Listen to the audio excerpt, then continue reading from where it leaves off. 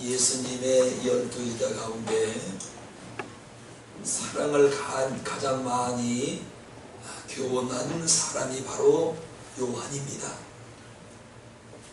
요한은 젊었을 때 성격이 깐깐했습니다. 그 성격이 깐깐할 정도가 아니라 감성도 있었고 감정도 격한 인물이었어요. 어느 날 예수님과 제자들이 사마리아 지방에 전도를 가신 일이 있습니다. 그런데 그 동네 사람들이 예수님을 반겨주지 않는 겁니다. 그 예수님이 어떤 분인데 가면 막 반겨주고 사람들이 나와서 찬송을 하고 예수님을 정말 높이고 예수님 앞에 사람들이 나와서 기도를 받으려고 줄레비를 써야 되는데 이 사마리아 사람들이 예수님이 그곳에 제자들과 함께 가셨음에도 불구하고 냉랭한 겁니다.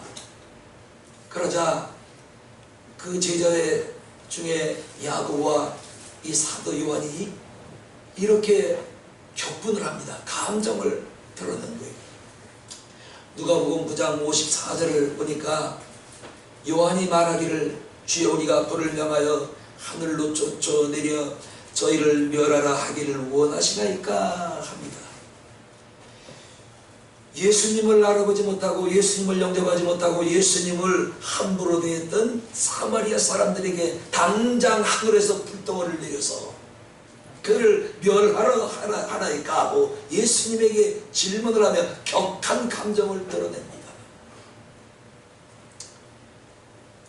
이때 누가복음 9장 55절을 보면 저들의 만용에 동의하지 않으시고 도리어 예수님께서 격분하는 요한과 야고보를 꾸짖습니다. 이렇게 감정이 직설적이었던 요한이었지만 세월이 흐릅니다. 그리고 인생이 경륜이 쌓이면서 성격이 누그러지기 시작하는 거예요. 그럼 나이가 먹고 경륜이 쌓이면 성격이 누그러져야지. 그 젊었을 때 팔팔할 때 혈기왕성한 삶을 살면 그거 어떻어요? 제가 저를 봐도 알 수가 있어요. 예. 저는 말 한마디 들으면 여기서 안 하면 견딜 수가 없어요. 근데 지금은 참아요. 참여까지 참습니다. 그러면 참 나도 성격이 많이 무뎌졌구나, 누그러졌구나. 여러분 보시기엔 그렇지 않은 것 같아도 저는 그렇게 느끼고 있단 말이에요. 이렇게 나이가 들면서 생각이나 행동이 어린아이처럼 변한다고 합니다. 그래서 쉽게 오해해요. 삐지기도 하고 잘 삐집니다. 지금 보면 그래요. 나이가 먹은 사람 보면 오해도 잘하고 삐지기도 잘 삐지고 돌아지기도 잘 돌아지고 욱한 것도 그 이상하죠. 나이가 들면 왜 그런지 모르겠어요. 또한 섭섭한 게 많아지고 그런 주변 사람들에게는 인정을 받지 못하지요. 가까이 할 수가 없는 겁니다. 자식도 가까이 할 수가 없는 거지. 왜? 톡하면 삐지고 토라지고 화내고 소리 지르고 그 자식이 어떻게 감당을 하겠어요? 이렇게 사도 요한은 나이가 들면서 이 버릇처럼 사랑을 얘기한 것입니다. 오늘 요한이 기록한 요한 1서, 2서, 3서는 크게 두 가지 사상을 하고 있는데 하나는 이단 척결과 바른 신앙생활인 것입니다. 교회를 흔들고 그리스도인을 미혹하여 이단은 반드시 교회 안에 발을 붙이지 못하게 하라. 그리고 교회 안에 이단이 침투했을지라도 저 교회 놔두지 말고 반드시 교회에서 척결하라, 내쫓으라는 것입니다. 이렇게 교회를 흔들고 그리스도를 미혹하는 이단은 반드시 척결되어야 함을 강조한 사람이었고 양의 가죽을 쓰고 위장의 탈을 쓴 이단이 교회에 들어오지 못하도록 할 것이요 다른 하나는 서로 너희 길을 사랑하라. 사랑하라. 여러분 서로 사랑하십니까? 다른 하나는 이와 같이 사랑하는 것이고 그래서 요한은 사랑을 가리키고 사랑을 내줬기 때문에 우리가 말하기를 요한은 사랑의 사도다. 이렇게 우리가 이름을 붙여 부르는 것입니다. 그러면 본문에 요한이 무엇을 강조하고 있는지를 보기로 하겠습니다. 첫 번째, 사랑은 하나님께 속한 것이랍니다. 7절 본문 말씀을 보시면 사랑은 하나님께 속한 것이라고 한 것입니다. 사랑의 출발점과 사랑의 시작점과 사랑의 끝점 모두가 하나님으로 시작되고 하나님으로 진행되고 하나님으로 사랑은 마무리가 된다는 것입니다. 그러니까 사랑의 시발점이 하나님이요, 진행도 하나님이요, 끝도 하나님이시라는 거예요. 이걸 사도 요한이 7절에 강조를 하고 있는 것입니다. 우리에게 사랑이라는 용어가 없을 때에, 우리가 하나님의 사랑이 무엇인지 알지 못할 때부터 하나님은 이미 우리를 사랑하고 계셨던 것입니다. 여러분, 놀랍잖아요. 우리가 사랑이라는 용어를 들어본 적도 없을 때에, 우리가 사랑이라는 것을 안 적도 없을 때에 이미 이 세상을 짓기 이전부터 하나님은 우리를 택정하시고 예정하시고 사랑하셔서 오늘까지 하나님이 저의 자녀로 삼고 계신다는 거예요. 우리가 사랑을 모를 때부터, 그런 적이 없을 때부터 하나님은 이미 나와 여러분을 사랑하고 계셨다는 겁니다. 이거 얼마나 놀라운 사랑이에요. 세상에는 근원이 있습니다. 비의 근원은 구름이고, 지진은 근원은 지각판이 서로 땅속에서 부딪혀가지고 지진이 일어나게 되는 것입니다. 비와 태풍은 고기압이 이동하기 때문에 일어나는 현상이고, 그러므로 누구나 무엇이라 할지라도 다른 것 없어요. 사랑은 하나님이 시발점이 되시고, 그 사랑은 하나님이 진행을 시켜가시고, 그 사랑은 하나님의 사랑으로 하나님 안에서 끝이 나게 되어 있는 것입니다. 그래서 본문 8절도 보시면 하나님은 사랑이시라고 말씀을 한 것입니다. 그래서 사도 요한은 보다 구체적으로 하나님의 사랑을 본문에서 설명을 했는데, 첫 번째, 두 번째, 세 번째를 쭉 보시면서 9절을 한번 보시기 바랍니다. 하나님의 사랑이 어떤 사랑이었는지, 나타난 사랑이었습니다. 하나님의 사랑이 우리에게 이렇게 나타난 바 되었으니 한 것입니다. 10절, 하나님의 우리를 사랑하사 우리의 죄를 위하여 화목제로 그 아들을 보냈음이라고 한 것입니다. 하나님이 우리를 사랑하시는데 입으로만 되뇌이는 사랑이 아닌 것이, 양원자야 내가 너 사랑한다, 정순아 내가 너 사랑한다, 입으로만 되뇌이는 사랑이 아니라 하나님이 말씀으로만 사랑하실 뿐만 아니라 그 말씀으로 하신 사랑을 나타난 바 되셨느니라. 그 증거가 10절에 기록하기를 우리의 죄를 위하여 독생자 아들을 예수를 이 땅에 보내시고 얼마나 우리를 사랑하셨던지 십자가에서 우리의 죄로 인하여 십자가에서 예수님을 죽이셨다는 것입니다. 그래서 하나님의 사랑은 말만 하는 사랑이 아니라 우리에게 나타난 바가 되었느니라고 말씀을 하신 것입니다. 그러므로 우리가 입으로만 되뇌인 가시적인 사랑을 안 됩니다. 그래서 우리는 마음속에 시기와 증오와 원한을 가득 품은 채 입으로만 사랑하노라 하는 것은 이선이요 가식이요, 그래서 행함이 없는 믿음은 죽은 것처럼 실천이 없는 사랑은 아무것도 아닌 것입니다. 바로 이게 유선이요 이중인격이요 곡과 속이 다른 인품을 가지고 있는 거짓말장애에 속하는 것입니다. 만약 제가 양 권사님을 사랑합니다, 내 마음 몰라요?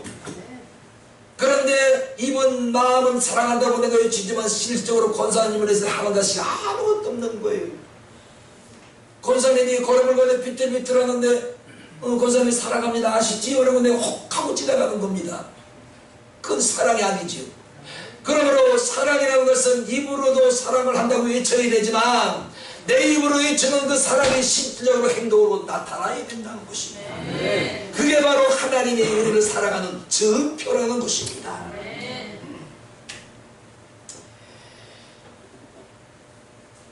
그리고 21절에서는 이렇게 기록하고 있습니다. 하나님을 사랑하는 또한 그 형제를 사랑할지니라. 형제와 원수 맺고 담을 싸고 증오하고 형제가 잘되면 시기와 질투라고 미워하면서 사랑한다고 겉과 속이 다르게 말하는 것을 경고하고 있는 것입니다. 우린 여기서 한 가지 조심할 것이 있습니다. 고린도전서 13장 5절에 보시면 우리 주님이 바울의 입을 통해서 이렇게 기록했습니다. 사랑은 무례히 행치 아니하며, 사랑은 무례히 행치 않는 것이랍니다. 그런데 내가 하나님이 성경에 보니까 사랑하라고 했지. 그래서 남의 아내를 의심을 품고 다가가서 남의 아내를 잡혀내는 것입니다. 내가 당신 사랑합니다. 사랑합니다. 이게 무례히 행하는 것이지요.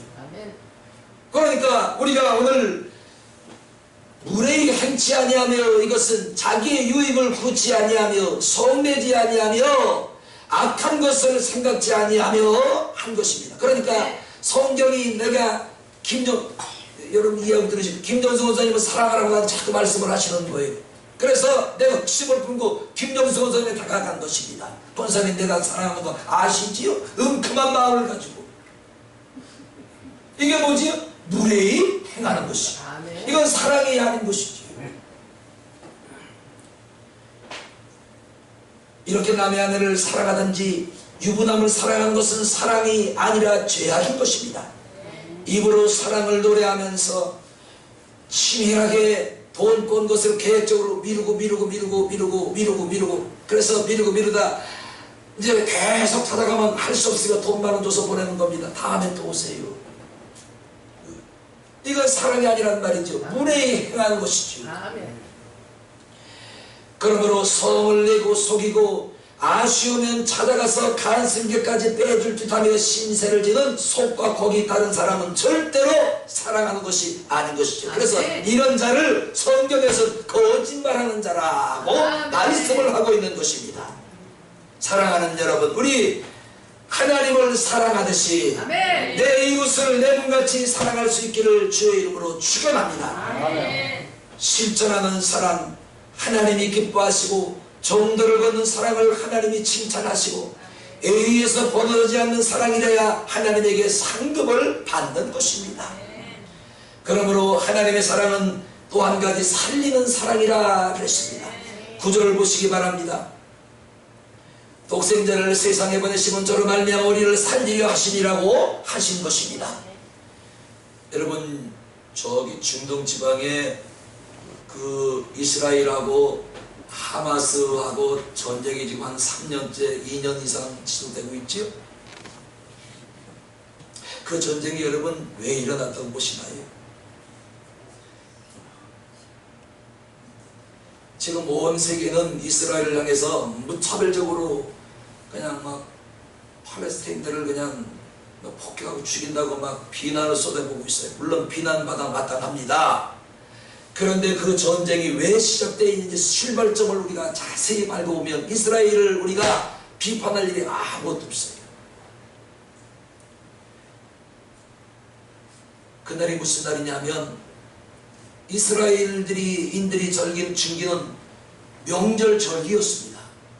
명절절기에 그들이 들떠서 춤을 추고 노래하고는 그 흩어져 있는 그때에 하마스라는 이슬람 무장단체가 침공을 해온 거예요. 그러고는 무차별적으로 사람을 죽입니다. 그리고 닥치는 대로 이스라엘 이 백성들을 납치해 간 겁니다. 납치. 그래서 이 전쟁이 시작된 거예요.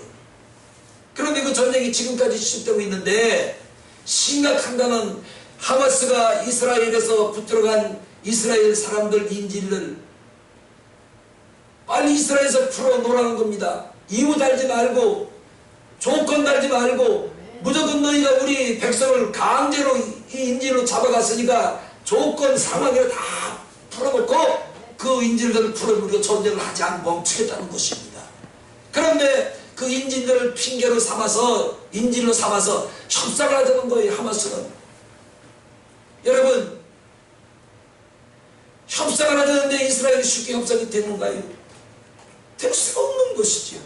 그래서 그래야 좋다. 그럼 니네 조건이 뭐냐 들어보자. 그러면 10가지 중에 들어줄 수 있는 한 가지인데 9가지는 전부 들어줄 수 없는 조건을 내세우는 겁니다. 그래서 이 전쟁이 지금도 지속되고 있는 거예요. 이와 같이 자신들의 목적 달성을 위해서 사람의 생명을 불모로 잡아 협상 조건으로 삼고 제물로 삼는 행동은 하나님의 역사입니까? 하나님의 사랑입니까? 사단의 역사입니까? 사단의 역사인 것입니다. 아멘. 우리나라 매스컴도 이거 잘 보고 이거 떠들어야 되는 거예요. 왜 이런 전쟁이 지금 지속되고 있는지를 무조건 무차별적으로 폭격하다고 이스라엘 비난할 것이 아니라 왜 이 전쟁이 시발점이 됐으면 지금까지 전쟁이 끝나지 않는가를 면밀히 파악한 다음에 보도를 해야지. 그래서 이번 참에 이스라엘이 팔레스타인 지역을 완전히 장악해버린다잖아요. 화가 나버리니까. 그러니까 작은 것 하나 얻으려고 했다가 몽땅 모든 것들을 주권을 다 잊어버리게 생겼어요. 지금 하마스는 어떻게 사람이 사람을 생명을 죽이면서 협상을 유도할 수 있는지, 이것이 이슬람 극단주의자들이 저지른 극악무도한 만행인 것입니다. 사람의 생명은 그 무엇으로도 대신할 수가 없는 것입니다. 그러므로 생명을 살리는 종교가 있고 생명을 죽이는 종교가 있는 것입니다. 아멘. 한 국가를 세우고 지키는 권력이 있는가 하면 한 국가를 망치는 권력도 있습니다. 아멘. 사람에게 행복을 주는 사람이 있고 불행을 가져주는 사람도 있는 것입니다. 아멘. 누가 사람을 살리고 인생에 시달린 인생들에게 누가 행복을 주고 소망을 주고 희망을 줄 수 있는지 우리는 똑바로 보고 똑바로 알아야 됩니다. 아멘. 그래서 본문은 독생자 예수를 보내사 따라합시다. 우리를 살리셨더라. 살리셨도다. 이슬람이 살렸어요. 하나님이 살렸어요. 하나님. 그러니까 국제정도 돌아가는 시선을 바로 보고 저 매스컴 하는 사람들이 바르게 방송을 해야 되는 거예요. 무조건 비난할 것이 아니라 왜 이런 역사가 일어나고 이런 여건이 왔는지를 바로 보게 되면 이스라엘을 비난할 수가 없는 겁니다. 빨리 풀어줘야지. 풀어달라니까. 그럼 전쟁이 끝날 거 아니에요.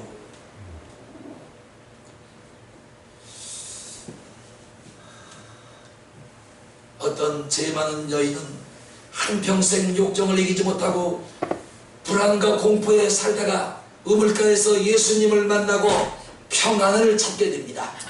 수가성 여인.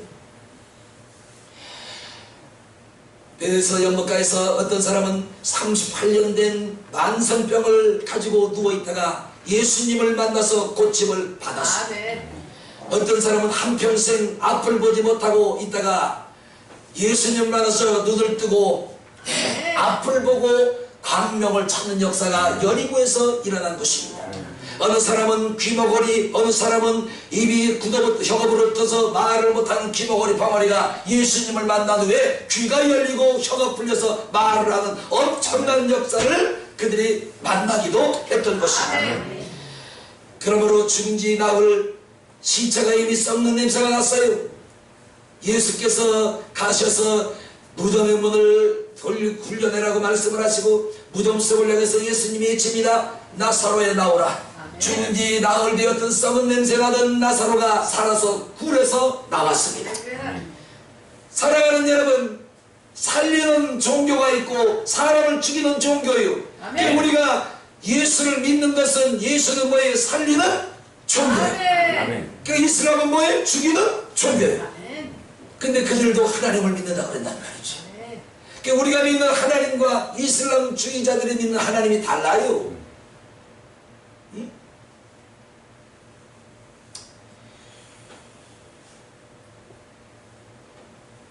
이렇게 종교는 죽이는 종교가 있고 또한 살리는 종교가 있고 죽이는 사상이 있고 죽이는 이념을 선택한 사람들은 결국 자신도 죽고 마는 것입니다.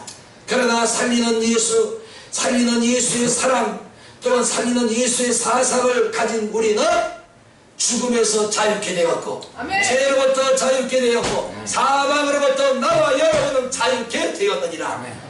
바로 그래서 우리가 믿는 예수는 우리를 자유케 하시고 살리시는 분이시다. 그게 뭐예요? 사랑이다. 여러분 그저 우리나라에 이제 그런 사람들 많이 보입니다. 저는 잘 안 보이더니 저 동남아나 중동에 있는 아프리카 여인들이 우리나라에 오면 히잡이라고 두 점을 쓰고 다니는 거 보셨지요? 응? 히잡이라는 말을 들어봤어요. 이제. 보자기 두 점을 쓰고 다녀요.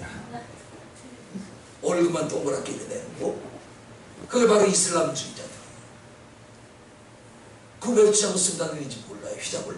그 더운 날씨에. 그게 뭐예요? 여러분 그 히잡 두 점을 쓰고 하루만 여름 날씨에 밖에 나가서 다니라 그러면 다닐 분이 누가 있겠어요? 아이고 나 이런 하나님 안 믿어. 칸다물을 벗어낼 거예요.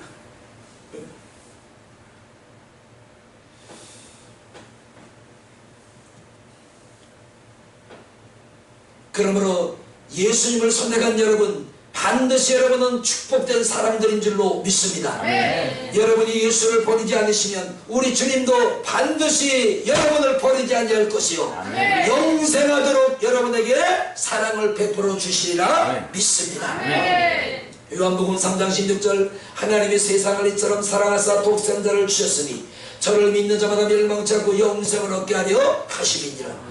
요한복음 6장 40절 내 아버지의 뜻은 아들을 보고 믿는 자마다 영생을 얻는 것이니 마지막 날에 내가 다시 이를 살림이라고 말씀을 하신 것입니다. 바로 하나님의 사랑은 나를 따라합시다. 우리에게 주신 우리에게 영생이다. 영생이다. 여러분에게 누가 영생을 줄 거예요? 하나님. 그게 사랑이란 말이에요. 그러므로 예수 그리스도가 우리를 어떻게 살리셨는지를 아는 것도 중요한 것이지요. 우리 10절 같이 한번 크게 같이 한번 읽어보겠습니다. 10절 시작. 사랑은 여기 있으니 우리가 하나님을 사랑하는 것이요 오직 하나님이 우리를 사랑하사 우리 죄를 위하여 감옥에로 우리를 사랑하사 우리의 죄를 위하여 그 아들을 몰래 화목제로 십자가에서 처형하셨느니라. 그래서 하나님의 사랑은 말로만 되뇌이는 사랑이 아니라 우리에게 나타난 바 되었느니라. 누가? 예수를 십자가에서 죽이심으로 그 사랑을 우리에게 나타내 보이셨다는 거예요. 9절 한 번 더 읽읍시다. 시작. 하나님의 사랑이 우리에게 이렇게 나타난 바 되었으니 하나님이 자기의 독생자를 세상에 보내심으로 저로 말미암아 우리를 살리려 하려 하시니라. 아멘. 제가 다시 읽어드릴 하나님의 사랑이 우리에게 이렇게 보여 안 보여? 나타난 바 되었으니. 그 다음에 뭐라 그랬어요? 9절 하나님이 자기 독생자를 세상에 보내서 저로 말미암아 우리를 죽여 살리셨느니라. 그래서 하나님의 사랑은 입으로만 되는 사랑이 아니라 우리에게 나타난 바 되었었고 우리에게 보이신 바 되었느니라고 말씀을 한 것입니다.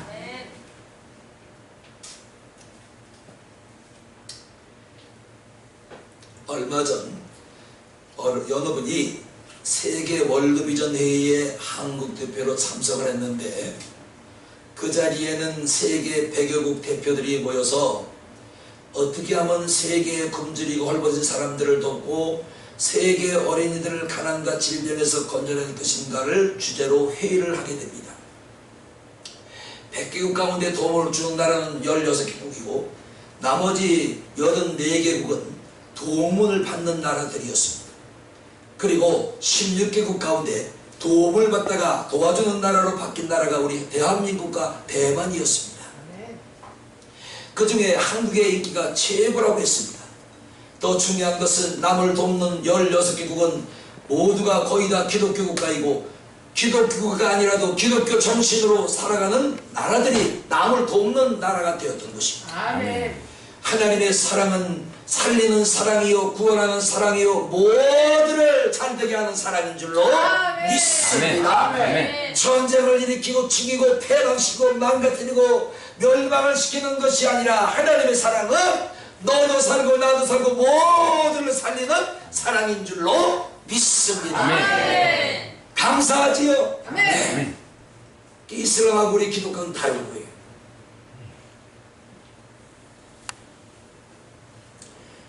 큰 두 번째, 그러므로 너희는 서로 사랑하라고 그랬습니다. 7절 서로 사랑하라, 11절 서로 사랑하는 것이 마땅하니라. 서로란 말이 중요한 것입니다. 우리를 향하신 하나님의 사랑은 일방적이었지요. 그래서 19절에 보니까 그가 먼저 우리를 사랑하셨느니라.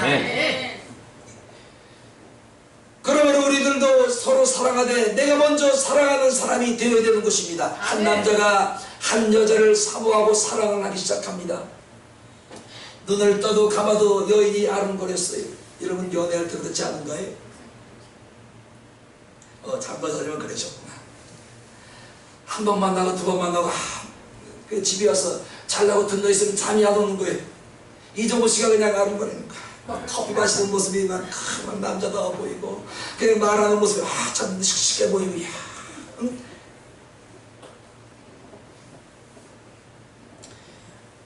그래서 그녀와 결혼하기로 작정을 했지만 문제는 그녀가 이 남자를 사랑하지 않는 것이었습니다. 사랑은커녕 간신도 없고 단 한 번도 만나본 일이 없고 배우자로 꿈꿔본 일이 단 한 번도 없습니다. 이걸 일명 뭐라 그래? 짝사랑. 이 사랑이 이루어질까요? 안 이루어져. 우리 지휘자님은 짝사랑을 해보셨던데. 노처녀가 있는 것입니다. 이 여인은 매주 찬양대에 앉은 남자들을 관찰하기 시작합니다. 그 가운데 키가 1m 80 이상 되고 이목구비가 뚜렷한 남자 한 사람에게 필이 꽂힌 것입니다. 저 남자다. 저 남자가 내 짝이다. 결정을 스스로 해버립니다.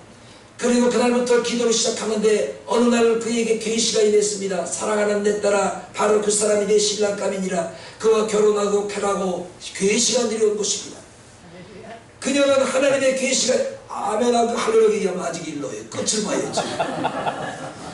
계시가 임했기 때문에 그 남자와 결혼을 해야 된다며 작정을 계시했습니다. 그런데 문제가 생긴 거예요. 이 남자가 유부남이에요.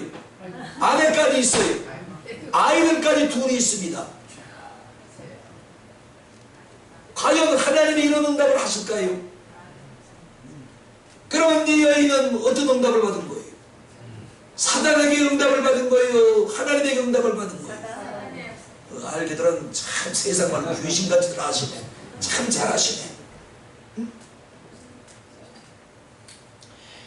남자가 가정이 있고 아내와 아이까지 있는 사람과 결혼하라는 것은 하나님의 계시가 아닌 것입니다. 우리 하나님은 서로 사랑하라고 하셨기 때문에 내 욕망을 채우려고 남의 가정을 깨뜨리는 것은 이웃사랑이 아니기 때문에 이건 하나님의 응답이 아닌 것이지요. 만약에 그런 응답을 스스로 받았다 할지라도 다시 한번 묻고 또 물어서 분별력을 가져야지. 그것은 사탄의 농간에 불과할 뿐인 것입니다. 이런 계시와 사단의 속삭임거리로 현혹되고 넘어가면 본인도 망하고 남도 망하게 되는 것입니다. 그러므로 서로 사랑하는 것은 내가 먼저 사랑을 실천하되, 나 좀 보셔봐요. 서로 사랑하라고 한 것은 내가 먼저 사랑을 실천하되 정정당당한 사랑을 해야 된다. 아멘. 예, 정정당당한 사랑이 아니면 안 되는 거예요. 아멘.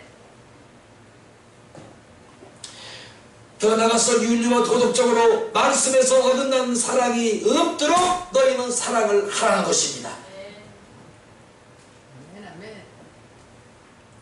자꾸 양마사님 오늘 지목해서 죄송해요. 그래.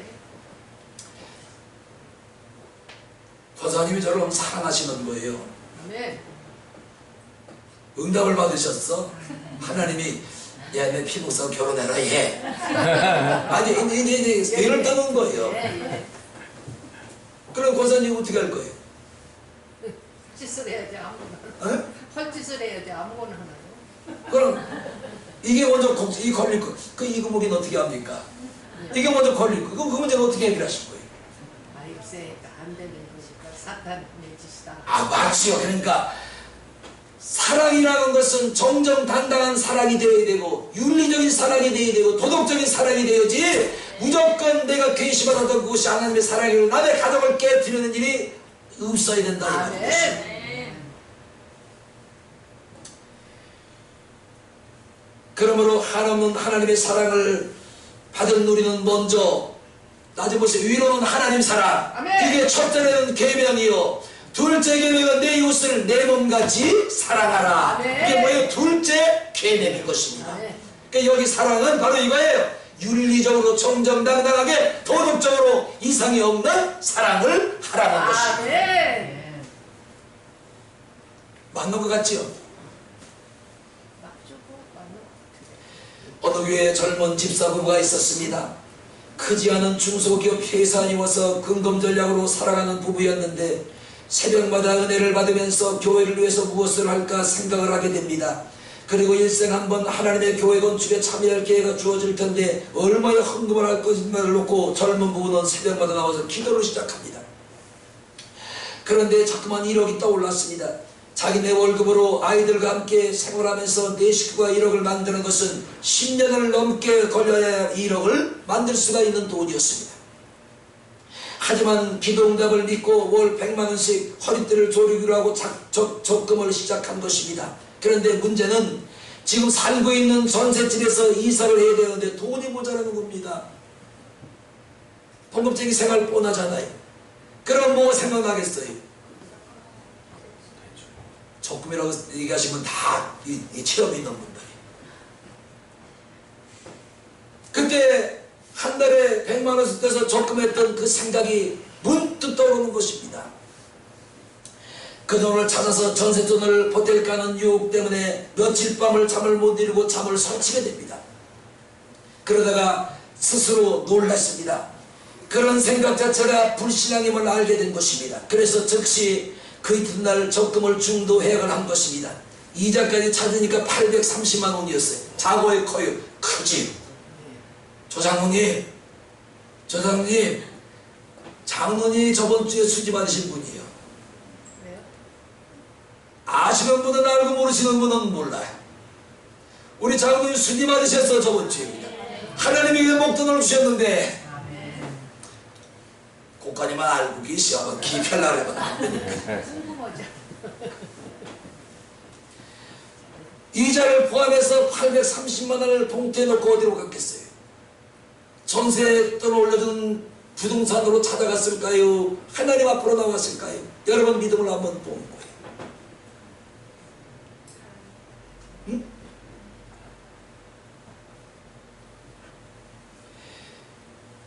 (830만 원을) 봉투에 넣어가지고 목사님을 찾아온 것입니다. 나머지는 다시 적금을 시작해 드리겠다고 했습니다. 그들은 원래 작정했던 대로 작정에는 믿지 못했으나 우선순위를 지켰고 물질의 유혹을 가감하게 떨쳐버리고 만 것입니다. 이게 어디서 나온 거예요? 하나님 사랑에서 나온 것이지. 이렇게 할 수 있었던 것은 그 누구보다 하나님을 사랑하는 진심이 그들 마음속에 있었기 때문이었습니다. 목사님은 그들의 간절한 마음, 애절한 상 형편 처리 사정을 알고 간절히 기도했습니다. 주여, 이들 젊은 부부에게 속히 집도 허락하여 주시옵시고 주님 앞에 가져온 이 헌금보다 1000만 배로 되돌려 주셔서 이 가족이 사는 날 동안에 물질 때문에 어려움 당하는 가정 되지 말게 하여 주시옵소서 하고 마음껏 축복을 해 주었습니다. 받았을까요? 안 받았을까요? 참 믿음으로 좋으셔. 식품 약학자들은 말했습니다. 우리가 즐겨 먹는 오이는 인도가 원산지로 3000년 전부터 재배되기 시작했고 우리나라에 들어온 지 1500년 전에 오이가 우리나라에 들어온 것이에요. 1500년대에 오이가 우리나라에 들어온 지. 여기에는 비타민C가 함유된 오이는 몸속에 있는 노폐물을 제거하고 이뇨작용을 하며 보습 효과와 미백 효과와 열을 진정시키는 효과가 있기 때문에 얼굴 팩으로도 사용되고 있습니다. 그런데 여러분 시장에서 오이 뭐 쌀 때는 3,000원만 주면 뭐 5개도 주고 6개도 줍니다. 그러면 이 오이를 갖다가 껍데기도 벗기지 않은 채 그냥 얼굴에 톡톡톡 얹어놓고 주무십니까? 아니면 껍데기를 벗기고 또 얼굴에서 얇게 썰어서 얼굴에 붙입니까? 2번. 응? 여기서 껍데기를 까고 얇게 쓰는 것은 바로 고난이에요. 고난, 환난. 하나님이 우리를 사랑하시지만 우리는 여전히 환난 중에 있을 수가 있고 고난 중에 있을 수가 있고 고통 중에 있을 수가 있다는 것입니다. 그러나 결론적으로 오이를 썰어서 얇게 썰어서 피부에 붙이면 얼굴에 뭐가 나타나요? 보습 효과가 나타나고 미백 효과가 나타나게 되는 것입니다. 우리가 하나님을 여전히 사랑한다고 외치고 하나님을 사랑하지만 하나님을 사랑하는 중심으로 살아가지만 우리 삶에는 여전히 고난도 있고 환난도 있고 어려운 일도 닥쳐옵니다. 그러나 끝까지 하나님을 사랑하면 반드시 하나님은 여러분이 하나님을 사랑하신 만큼 뿐만이 아니라 성경에 보니까 혹은 100, 혹은 60, 혹은 30으로 복을 주신다고 약속을 하신 줄로 믿습니다. 그래서 그리스도의 별명은 사랑하는 사람들입니다. 자, 21절 제가 이제 우리 같이 읽어요. 시작. 21절 시작. 우리가 이 계명을 주께 받았나니 하나님을 사랑하는 자는 또한 그 형제를 사랑할지니라. 18절 같이 또 봐요. 사랑 안에는 두려움이 없고 온전한 사랑이 두려움을 내쫓나니 두려움에는 형벌이 없음이니라. 두려워하는 자는 사랑 안에서 온전히 이루지 못하느니라. 15절 또 한번 봅시다. 시작. 누구든지 예수를 하나님의 아들이라 시인하면 하나님이 저 안에 거하시고 저도 하나님 안에 거하느니라. 하나님 안에 거하는 자는 먼저 하나님을 사랑해야 된다. 내 이웃을 내 몸같이 사랑하라고 말씀을 한 것입니다. 그러니까 기도하다가 야 피목사 양원자 권사는 너 결혼해라. 이게 뭐야? 그럼 내가 결혼해야 되는 거야 말아야 되는 거 권사 어떻게 해야 돼? 늙은이하고 결혼해서 뭐하다가 아니 하나님 계시면 해야지 어떻게 했냐고. 아니 그래도 안 해요. 아 권사님이 안 할 거지? 서로가 안 오죠. 서로 안 해지? 예, 당연하죠. 그래도 하나님이 자꾸만 괴시하는 거야. 양권사는 너 결혼 안 갈래? 아니 하나님 그 권사님 나이가 몇이나 고 그러냐고. 응? 네, 망령 났어요. 누가 하나님 망령 났어요? 네. 그런 응답은 100번 1000번이 내려와도 윤리적으로 도덕적으로 정정당당한 것으로 볼 때 하나님 말씀을 의미하는 것은 사랑이 아니라 괴시가 아닌 것이다. 네. 요 한 가지만 여러분 알고 가세요. 여러분이 이금옥 사모님하고 저하고 볼 때 누가 더 젊어 보여요? 솔직히 얘기해보세요. 결론이에요, 결론. 에? 진짜? 예. 여러분들 눈이 이상한가? 아니에요. 목사님. 권사님은 안경을 한번 써보셨나? 아니 안 써도 똑같아요. 쓰시고도 이렇게 보이나? 예, 그래요. 비밀 하나 알려줄까요, 권사님? 싫어요. 비밀을 비밀을. 어느 분이 사모하고 둘이 이렇게 있는데 있더니 가만히 두 사람을 보더니 저기 분이 아드님이세요? 뭔 얘기인지 몰라 지금. 그 사람 눈이 해태예요.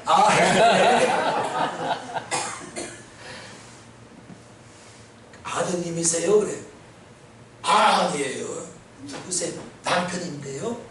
그럼 남편 얼굴에 주름선 한우 팽팽한데 반대말은 뭐예요? 당신은 늙었다는 거예요. 목사님이 잘못하셨어요. 누가 뭐라 했나 난 가만히 있었다니까. 자기네끼리 이렇게 취급받고 하는 거예요. 그래서 제가 뭐라 그럴게요? 요거 하나 맞으면 끝. 설교 끝.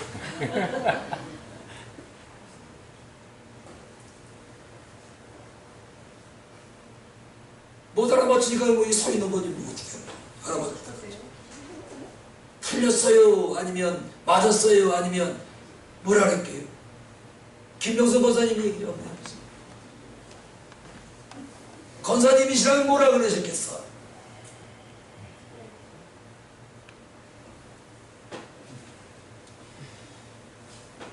우리는 하나님에게 사랑받기 위해 태어난 사람들입니다. 그러니 먼저 사랑하는 사람이 되어야 할 줄로 믿습니다. 위로는 하나님 사랑, 옆으로는 내 이웃을 내 몸같이 사랑하라. 아멘. 이게 첫째 계명이요, 둘째 계명이요. 아멘. 아멘. 그래서 한 주간 첫째 계명과 둘째 계명을 잘 지키시고 우리 주님과 동행하는 한 주가 되시기를 예수님의 이름으로 축원합니다. 아멘. 결론입니다. 마태복음 22장 37절 40절 예수께서 가라사대 내 마음을 다하고 목숨을 다하고 뜻을 다해 주 너희 하나님을 사랑하라 하셨으니 이것이 첫 크고 첫째는 계명이요 둘째는 그와 같이 내 이웃을 내 몸같이 사랑하라 하셨으니 이 두 계명이 온 율법과 선지자의 강령이니라. 자, 우리가 사랑을 알지 못할 때 하나님은 이미 우리를 사랑하셨어요. 아멘. 우리가 사랑이라는 용어를 부르기 이전부터 사랑이라는 게 뭐지? 사랑이라는 말이 뭔가 하여 듣기 이전부터 하나님은 우리를 사랑하신다고 성경에 기록해 놓으셨습니다. 아멘. 아멘은 크게 해봐요. 아멘. 나와 여러분이 사랑이라는 그 자체를 듣지도 알지도 못하는 때에 이미 하나님은 우리를 사랑한다고 여기에 기록해 놓으십니다. 아멘. 이게 뭔 사랑이에요? 하나님의 한없는 사랑. 아멘. 그 사랑이 뭘로 이루어진 거죠? 독생자를 우리에게 보내사 우리를 멸망해서 십자가에서 죽이시고 멸망해서 구원한 사랑. 아멘. 그 사랑이 참 사랑인 줄로 믿습니다. 아멘. 그 사랑으로 한 주간 승리하시기를 예수님의 이름으로 축원합니다. 아멘. 기도하겠습니다.